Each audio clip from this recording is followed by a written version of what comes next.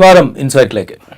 നമ്മളിന്ന് സംസാരിക്കുന്നത് കേരളത്തിലെ മലയാളികളെ ആകെ ദുഃഖത്തിലാഴ്ത്തിയ ഒരു അപകടത്തിൻ്റെ തുടർച്ചയെക്കുറിച്ചാണ്.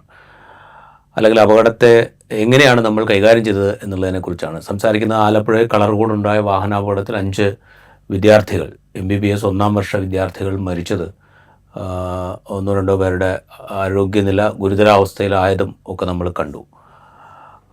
ഈ മരണങ്ങളെ നമ്മൾ സത്യത്തിൽ പ്രത്യേകിച്ച് നമ്മുടെ ടെലിവിഷൻ മീഡിയ ആഘോഷമാക്കി മാറ്റി. ഓരോ ദുരന്തങ്ങൾക്ക് ശേഷവും ഇതേ ചോദ്യം നമ്മൾ ഓരോരുത്തരുടെ മനസ്സിൽ ഉണ്ടാവാറുണ്ട്. നമ്മൾ ഈ ദുരന്തങ്ങളൊക്കെ ആഘോഷിക്കുകയാണോ ചെയ്യുന്നത് എന്നുള്ള ചോദ്യം ഉണ്ടാവാറുണ്ട്. ഈ ദുരന്തത്തിന് ശേഷവും അതേ ചോദ്യം ഉയരുന്നുണ്ട്. നമ്മളിത് ആഘോഷമാക്കി മാറ്റിയോ എന്ന ചോദ്യം.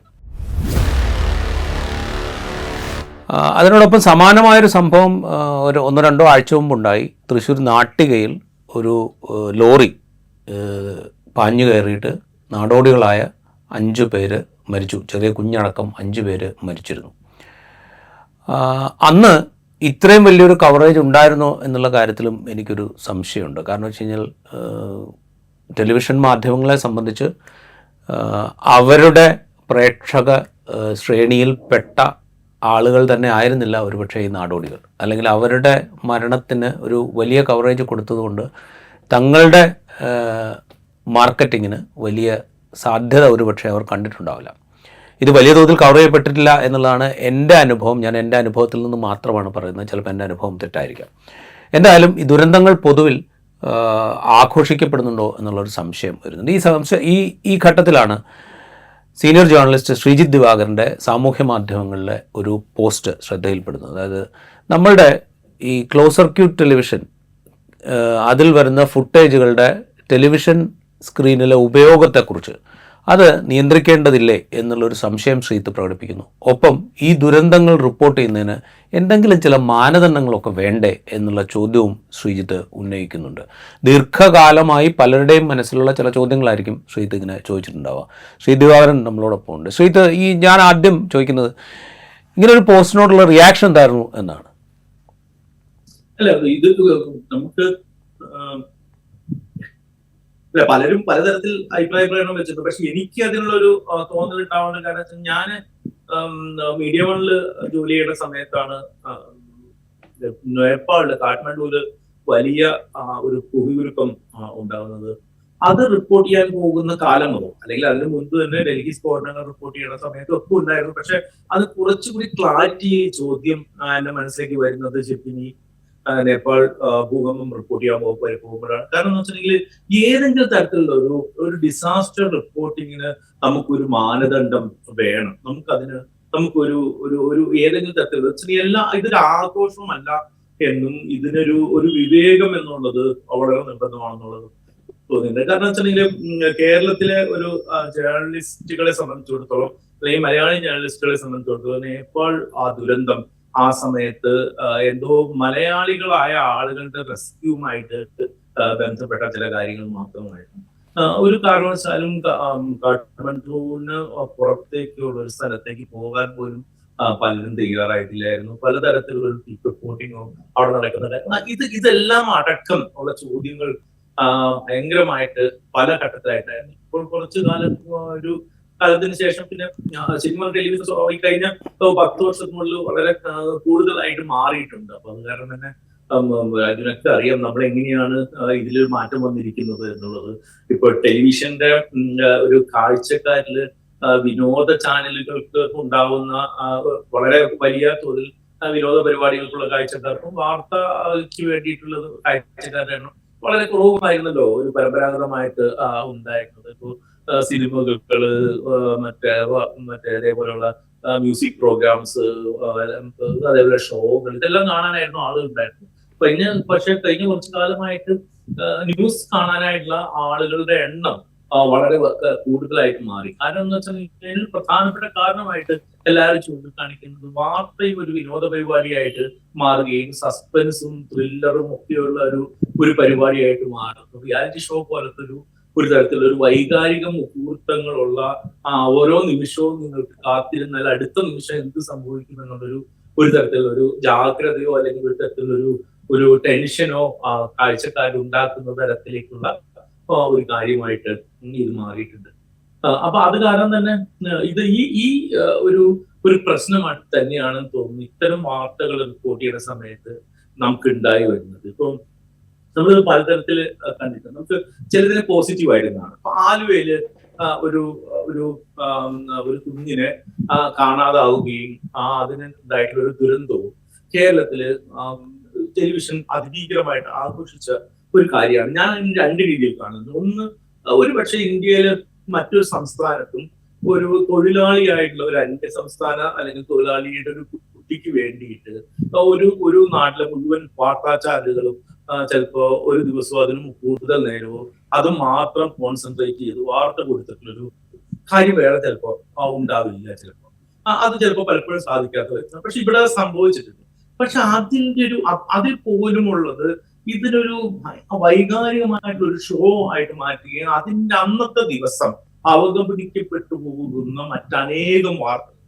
ഇപ്പൊ ഞാൻ ആലോചിക്കുമ്പോ എപ്പോഴും ആലോചിക്കാറുണ്ടായിരുന്നു, ഉമ്മൻചാണ്ടിയുടെ മരണത്തിന്റെ ആഘോഷം നടക്കുന്ന ആ ദിവസങ്ങളിൽ ആയിരുന്നു ഈ കുഞ്ഞിന് ഇത് സംഭവിച്ചിരുന്നതെങ്കിൽ എന്തായിരിക്കും നമ്മുടെ പ്രയോറിറ്റി? നമ്മൾ എന്തായിരിക്കും റിപ്പോർട്ട് ചെയ്യുന്നത്? നമ്മൾ ഇതിന് അത്രമാത്രം ഇത് കൊടുക്കുന്നു? അങ്ങനെയുള്ള പലപ്പോഴും നമ്മളെ തന്നെ അത്ഭുതപ്പെടുത്തുന്ന തരത്തിലുള്ള എന്തോ തരത്തിലുള്ള ഒരു പ്രയോറിറ്റിയുടെ കുറവോ ഒരു തരത്തിലുള്ള ഒരു അനുപാതങ്ങൾ ഇല്ലാത്ത തരത്തിലേക്ക് ഇത് മാറുകയോ ചെയ്യുന്നുണ്ട്. അപ്പോ കൊല്ലത്തുനിന്ന് ഒരു കുട്ടിയെ കാണാതായി കഴിഞ്ഞതിന് ശേഷം അവരുടെ വീട്ടിന്റെ അകത്ത് ചെന്നിട്ട് അവരുടെ അമ്മയോട് ചോദിച്ച ചോദ്യങ്ങളിൽ എത്രമാത്രം വിമർശിക്കപ്പെട്ടതാണ്. പക്ഷെ എന്നിട്ടും യാതൊരു ജാഗ്രതയില്ലാതെ ഇപ്പോഴും ഇത്തരം കാര്യങ്ങൾ കാണിക്കുക. ഇത് അത് ആ വാർത്താ റിപ്പോർട്ടിങ്ങിന്റെ രീതിക്ക് തന്നെ നമുക്കൊരു പ്രശ്നമുണ്ട്. അത് പക്ഷെ എനിക്ക് തോന്നുന്നത് റിപ്പോർട്ട് ചെയ്യുന്ന ആളുകളുടെ കുഴപ്പമല്ല, മറിച്ച് അത് ചാനലുകളുടെ എഡിറ്റർമാരായിട്ടിരിക്കുന്ന ആളുകളുടെ ഒരു പ്രശ്നമാണ് എന്നുള്ളതാണ് എനിക്ക് പ്രധാനമായിട്ടും തോന്നിയിട്ടുള്ളത്. അപ്പൊ അത് അത്തരമുള്ള ഒരു കുറെ കാലമായിട്ട് ഇങ്ങനെ ആലോചിക്കുകയും നമുക്കിത് കാണുമ്പോൾ ഭയങ്കര അസ്വസ്ഥത തോന്നുകയും നമ്മുടെ പ്രൊഫഷനോടുള്ളൊരു നിന്ദ തോന്നുകയും ചെയ്യുന്നതിന്റെ ഒരു അവസാനമായിട്ടാണ് അത് എഴുതിയത്. അത് കുറച്ചുകൂടി യഥാർത്ഥത്തിൽ അതിനൊരു എനിക്ക് തോന്നുന്നില്ല അതൊന്നും വളരെ കുറച്ചു പേരെ അല്ലാതെ മറ്റാർക്കും ചാനലിന്റെ സ്വഭാവത്തിനോ ചാനലുകളുടെ രീതിക്കൊന്നും ഏതെങ്കിലും തരത്തിൽ മാറ്റം വരാൻ പോകുന്നോ അതുകൊണ്ട് എന്തെങ്കിലും തരത്തിലൊരു ഗുണപരമായിട്ട് മാറ്റം ഉണ്ടാവുന്നോ ഉള്ളൊരു പ്രതീക്ഷയൊന്നും ഒരാഴ്ച എനിക്കില്ല. നമുക്കൊരു ഒരു ആ തരത്തിലൊരു നിലപാട് പറയുക അതിലപ്പുറത്തേക്ക് ഒന്നും കാണുന്നില്ല. പക്ഷേ അത് പറയുമ്പോൾ ഞാൻ ആ റിപ്പോർട്ടിംഗ് അല്ലെങ്കിൽ ഈ സംഭവം എങ്ങനെ കൈകാര്യം ചെയ്തു അത്തരം കാര്യങ്ങളൊക്കെ അതിന് മുമ്പ് ഞാനൊരു കാര്യം ചോദിച്ചത്, ഇപ്പോൾ ഈ CCTV ദൃശ്യങ്ങളുടെ ഉപയോഗം അതേ സംബന്ധിച്ചുള്ളൊരു ചോദ്യവും ശ്രീത്ത് ഉന്നയിക്കുന്നുണ്ട്. CCTV ദൃശ്യങ്ങൾ ഇപ്പോൾ മലയാളത്തിൽ മാത്രമല്ല ദേശീയ തലത്തിൽ ഇൻ്റർനാഷണൽ തലത്തിലൊക്കെ പല മാധ്യമങ്ങളും ഈ CCTV ദൃശ്യങ്ങളൊക്കെ ഉപയോഗിക്കുന്നുണ്ട്. അപ്പോൾ ഞാനിതിന് ശേഷം ഇപ്പോൾ BBC ഉപയോഗിക്കുന്ന CCTV ദൃശ്യങ്ങൾ പലത് ശ്രദ്ധിച്ചു. അതിലൊക്കെ ഞാൻ ശ്രദ്ധിച്ചൊരു കാര്യം, അതിൽ മിക്കവാറും ഒക്കെ അതിലെ വ്യക്തികളൊക്കെ മാസ്ക്ഡാണ്. അവരുടെ മുഖം തിരിച്ചറിയാൻ പറ്റാത്ത വിധത്തിലാക്കിയിട്ടാണ് ആ ഫുട്ടേജുകളൊക്കെ കൊടുക്കുന്നത്. അതായത് അവരുടെ പ്രൈവസിയെക്കുറിച്ച്, ആ വ്യക്തികളുടെ സ്വകാര്യതയെക്കുറിച്ച് ഇത് സംപ്രേഷണം ചെയ്യുന്ന ചാനലിന് ഒരു ബോധ്യമുണ്ട്, ആ ഉത്തരവാദിത്വം അവർ പ്രകടിപ്പിക്കുന്നുണ്ട്. ഇത് ഒന്നാമത്തെ പ്രശ്നം. രണ്ടാമത്തെ പ്രശ്നം, ഈ CCTV ദൃശ്യങ്ങൾ എല്ലാത്തിലും നമ്മൾ ഈ CCTV ദൃശ്യങ്ങൾ ഉപയോഗിക്കണമോ വേണ്ടയോ എന്നുള്ളൊരു ഔചിത്യത്തിൻ്റെ പ്രശ്നം. ഒരു വളരെ ഗൗരവമുള്ളൊരു അപകടം ഉണ്ടായി അതിൻ്റെ ആ CCTV ആവർത്തിച്ച് കാണിക്കുക എന്നുള്ളത് എന്തോ ഒരു വലിയ കാര്യമായിട്ട് നമ്മൾ എടുക്കുന്നുണ്ടോ എന്നുള്ളൊരു ചോദ്യം. ഇതിനപ്പുറത്ത് ഇതിലെന്തെങ്കിലും നിയമപരമായ പ്രശ്നമുണ്ടോ? നിയമപരമായിട്ടുള്ള പ്രശ്നമൊന്നും ഇല്ല എന്നുള്ളത് തന്നെയാണ് എനിക്കും തോന്നുന്നത്. കാരണം നമ്മൾ അത്തരം ഒരു നിയമപരമായ കാര്യങ്ങളെ കുറിച്ചുള്ള ആലോചന നമ്മുടെ സമൂഹത്തിൽ വലിയ കാര്യമായിട്ട് നടന്നിട്ടില്ല. ഇപ്പൊ CCTV ദൃശ്യങ്ങൾ ഒരു ക്രൂഷ്യൽ ആയിട്ടുള്ള ഒരു എന്തെങ്കിലും ഒരു കാര്യത്തിന് എവിഡൻസ് എന്നുള്ളതിരിക്കെ ഒരു ചാനലിന് ലഭിച്ചിട്ടുള്ള ഒരു CCTV ദൃശ്യം അവര് പോലീസിനോ മറ്റോ കൈമാറിയതിന് ശേഷം അവർ ചാനലിലൂടെ ഉപയോഗിക്കുന്നത് അത് സ്വാഭാവികമായിട്ട് നമുക്ക് മനസ്സിലാകാവുന്ന ഒരു കാര്യമാണ്. ഇതെന്ന് വെച്ചിട്ടുണ്ടെങ്കിൽ ഇത് അപകടം എന്ന് വെച്ചിട്ടുണ്ടെങ്കിൽ നമുക്കറിയാം ഈ ഒരു അപകടത്തിന്റെ സ്വഭാവം. ഇത് എങ്ങനെയാണ് ഈ മനുഷ്യരെ ബാധിക്കുന്നത് എന്ന് വെച്ചിട്ടുണ്ടെങ്കിൽ ഇത് നമ്മൾ ആ അപകടത്തിൽ ഇരയാക്കപ്പെട്ട മനുഷ്യരുടെ ബന്ധുക്കളെയോ പരിചയക്കാരെയോ സുഹൃത്തുക്കളെയോ മാത്രമല്ല, മുൻപ് അപകടത്തിൽപ്പെട്ടിട്ടുള്ള ആളുകൾ, അതിനെക്കുറിച്ചുള്ള രീതികൾ, ഇത് മാത്രമല്ല ഇതിന്റെ ഒരു പ്രദർശനത്തിന് ശേഷം ഇത് ടെലിവിഷൻ ഇത് മറ്റൊരു തരം കൗതുകങ്ങളോടെയോ മറ്റു തരത്തിലുള്ള ഏതോ ഒരു തമാശയോടുകൂടിയോ നമ്മൾ ഈ വാട്സപ്പിൽ ഷെയർ ചെയ്യപ്പെടുന്ന ഒരു മെറ്റീരിയൽ ആയിട്ട് ഇത് മാറുകയും അതിന്റെ താഴെ വന്നിട്ട് ഇതേപോലെ പലതരത്തിലും ഇതേപോലെയൊക്കെ വണ്ടി ഓടിക്കുന്നവരാണ് മരിച്ചു പോകുന്നതാണ് നല്ലത് എന്നൊക്കെ പറഞ്ഞെല്ലാം വളരെ ക്രൂരമായിട്ടുള്ള ഒരു തരത്തിലുള്ള ഒരു ഡിസ്കഷനിലേക്കും എല്ലാം ഇത് മറ്റേ തിരിയുന്ന തരത്തിലേക്കുള്ള അത് കാരണം നമുക്കിതൊരു അത് ഭയങ്കര സിക്കനിങ് എന്ന് നമ്മൾ പറയുന്ന തരത്തിലേക്ക് ഒരു അന്തരീക്ഷം ഉണ്ടാക്കാനാണ് ഈ തരത്തിൽ നമ്മൾ അപ്പൊ അതുകൊണ്ട് തന്നെ ഇത് നേരത്തെ പറഞ്ഞതുപോലെ പല സ്ഥലത്തും CCTV ഭയങ്കരമായിട്ട് മാസ്ക് ചെയ്യുന്നുണ്ട്. പിന്നെ വ്യൂവേഴ്സ് ഡിസ്ക്രിപ്ഷൻ ശരിക്കും പറഞ്ഞിട്ടുണ്ടെങ്കിൽ അവർ എഴുതി കാണിക്കുകയും എല്ലാം ചെയ്യുന്നത് ഡിസ്റ്റർബിംഗ് ആയിട്ടുള്ള വിഷ്വൽസുകളാണ് വരാൻ പോകുന്നത്. അതുകൊണ്ട് ദയവായിട്ട് ഇത് കാണുമ്പോൾ ഒരു തോന്നണം എന്ന രീതിയിലുള്ള വാണിങ്ങുകൾ എഴുതി കാണിക്കുന്നുണ്ട്. അങ്ങനെ പല കാര്യങ്ങളും നടക്കുന്നുണ്ട്. ഇപ്പൊ നമ്മുടെ ഇതിലുള്ള ഒരു ടെലിവിഷനിലൊരു സംഭവത്തിലാണ് ഇത്തരത്തിലൊരു അപകടത്തിൽപ്പെട്ടിട്ടുള്ള ആളുകളുടെ മരണ വാർത്ത ടെലിവിഷനിലൂടെ പ്രഖ്യാപിക്കാറുണ്ട്. ലോകത്ത് ഒരു സ്ഥലത്തും ജേർണലിസ്റ്റുകൾ ചെയ്യുന്ന കാര്യമല്ല. വാർത്തകൾ എന്ന് വെച്ചിട്ടുണ്ടെങ്കിൽ മറ്റൊന്ന ഒരു വളരെ പോപ്പുലർ ആയിട്ടുള്ള ഭയങ്കര മറ്റേ ഒരു ആർട്സിന്റെ ഒന്നും അല്ല, അതൊരു വളരെ പോപ്പുലർ സീരീസുകൾ ഒന്നായിട്ടുള്ള ഒരു ന്യൂസ് റൂം എന്ന് പറഞ്ഞിട്ടുള്ള HBO സീരീസിൽ അതിലെ ഒരു ജേർണലിസ്റ്റ് പ്രഖ്യാപിക്കേണ്ടത് വെച്ചിട്ടുണ്ടെങ്കിൽ ന്യൂസ് ആങ്കേഴ്സ് അല്ല ഡോക്ടർമാരാണ് മരണം ഡിക്ലെയർ ചെയ്യേണ്ടത് എന്നുള്ളത്, അല്ലാതെ ന്യൂസ് ആങ്കേഴ്സിന്റെ പണിയല്ല ഈ മരണം ഡിക്ലെയർ ചെയ്യേണ്ടത് എന്നുള്ളത്. അങ്ങനെ അത് അത്തരത്തിൽ ഈവൻ ഈ പറയുന്ന ഒരു വളരെ കമേഴ്സ്യൽ ആയിട്ടുള്ള കോർപ്പറേറ്റ് ചാനലുകൾക്ക് പോലുമുള്ള ബോധ്യമാണ് ഈ പറയുന്ന രീതിയിൽ അവരല്ല ചെയ്യേണ്ടതെന്നത്.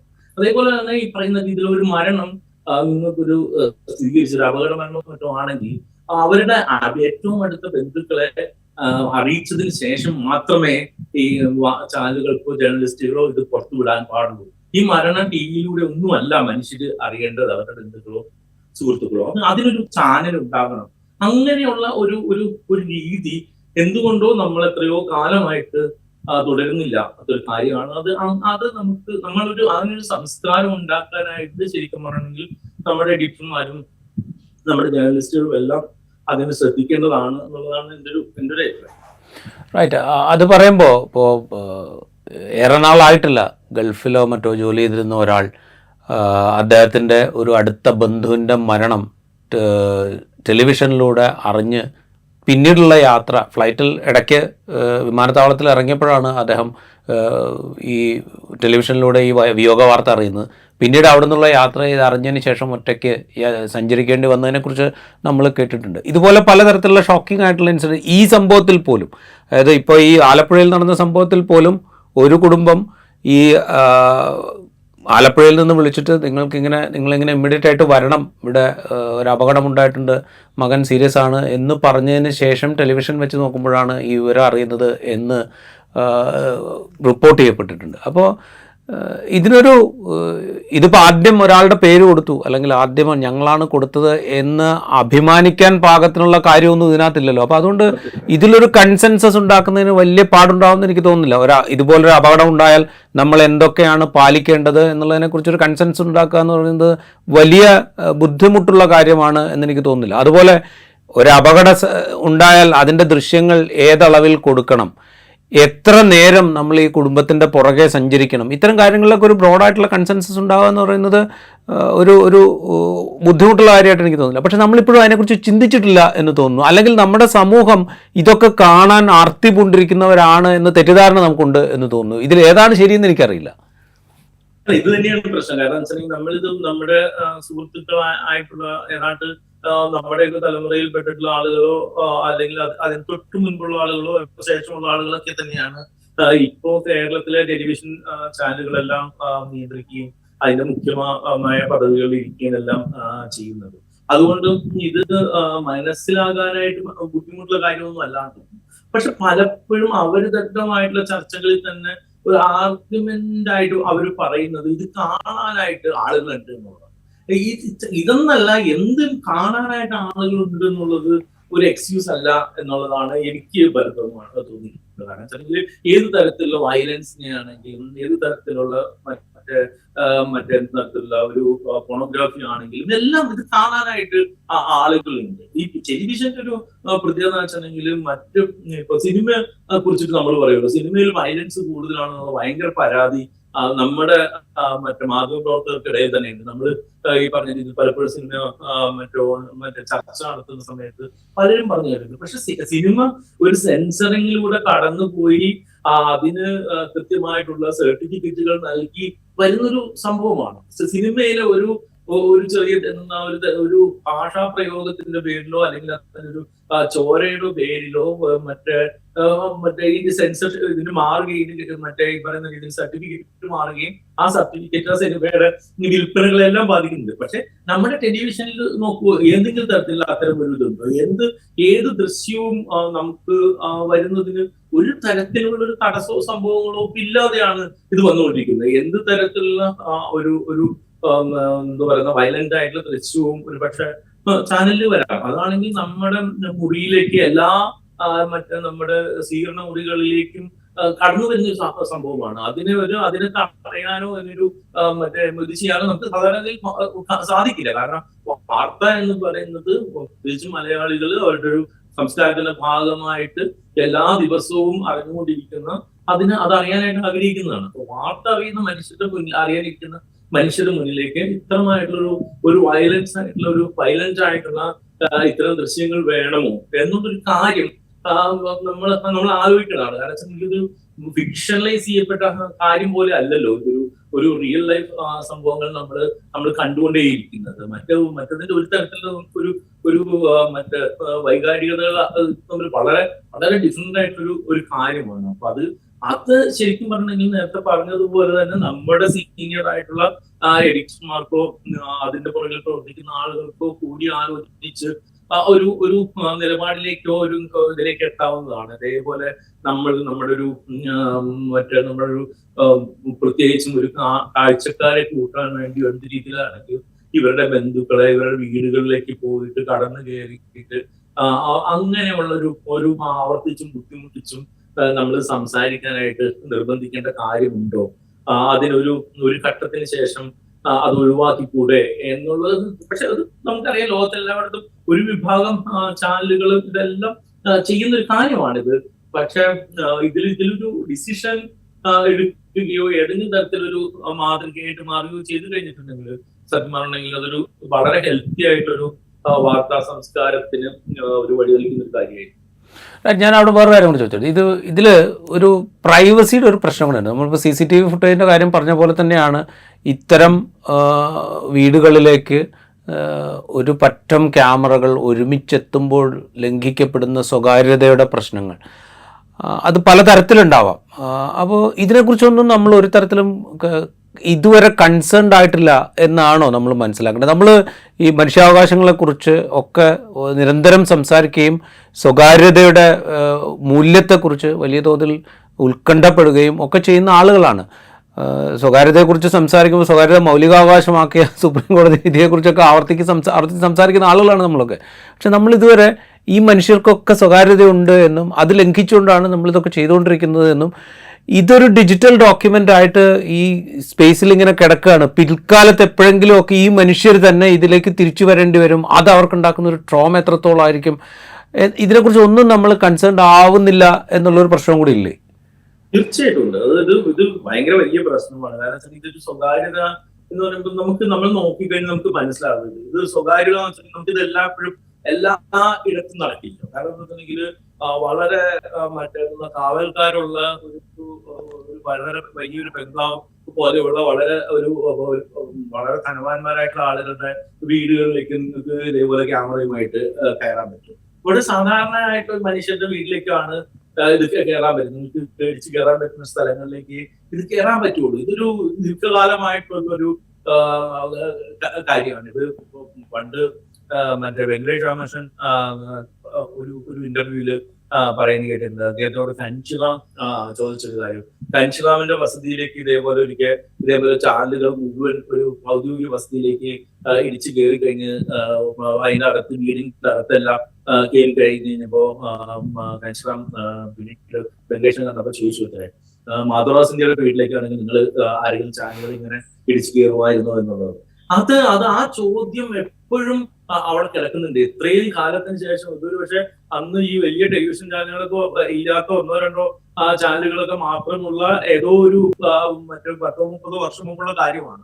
പക്ഷെ ഇപ്പോഴും എന്ന് പറയുന്നത് അതിന്റെ മറ്റൊരു അളവില് ഇത് സംഭവിച്ചുകൊണ്ടിരിക്കുന്നുണ്ട്. ഇത് ചില മനുഷ്യരുടെ സ്വകാര്യതകൾ മാത്രമല്ല, ഈ ടെലിവിഷനോ ഒക്കെ ആയിട്ട് നമ്മൾ സ്വയം കരുതുന്ന ഒരു കാര്യം, നമുക്ക് എന്തോ ഇതിനൊരു വലിയ പ്രിവിലേജ് ഗവൺമെന്റോ അല്ലെങ്കിൽ നമ്മുടെ ഭരണഘടനയൊക്കെ നമുക്ക് തന്നിട്ടുണ്ട്. ചാനലുകളാണെങ്കിൽ അല്ലെങ്കിൽ മറ്റേ വാർത്താ സംഘമാണെങ്കിൽ നിങ്ങൾക്ക് ഇതെല്ലാം ഷൂട്ട് ചെയ്യാനുള്ള അധികാരമുണ്ട്, മറ്റുള്ള ഒരു സ്വകാര്യത ഒരു പ്രശ്നമല്ല എന്നൊക്കെയുള്ള ഒരു സംഭവമുണ്ട്. നമ്മൾ എന്തോ ഒരു പഴയ കാലത്ത് ടിവിയിലോ മറ്റേതിലൊക്കെ കണ്ടിട്ടുള്ള എന്തോ ഒരു ജേർണലിസ്റ്റുകളെ കുറിച്ചുള്ള സങ്കല്പം പോലെ ഇതൊരു അങ്ങനെ ഇതുണ്ട്. അത് ശരിക്കും പറഞ്ഞാൽ അതിനും ഒരു എവിടെയെങ്കിലും ഒക്കെ ഒരു വര വരയ്ക്കാനായിട്ട് നമ്മള് സ്വയം തന്നെ ഒരു തയ്യാറായില്ലെങ്കിൽ ഇത് വലിയ പ്രശ്നമാണ് ആളുകൾക്ക് ഇടയ്ക്ക്. ഇപ്പോഴും മാത്രമല്ല, പലപ്പോഴും ഇത് ലൈവുമാണ്. അതാണ് ഇതിപ്പോ നമ്മൾ ഷൂട്ട് ചെയ്യുന്നത് ഒരു കാര്യം, പക്ഷെ അത് ഒരു മറ്റു വിവേകമുള്ള എഡിറ്റർക്ക് വേണമെങ്കിൽ അല്ലെങ്കിൽ അവിടെ ഇരിക്കുന്ന ആളുകൾക്ക് കുറച്ച് സീനിയർ ആയിട്ടുള്ള ആളുകൾക്ക് ഇത് ഉപയോഗിക്കരുതെന്ന് പറയാനുള്ള അവസരം.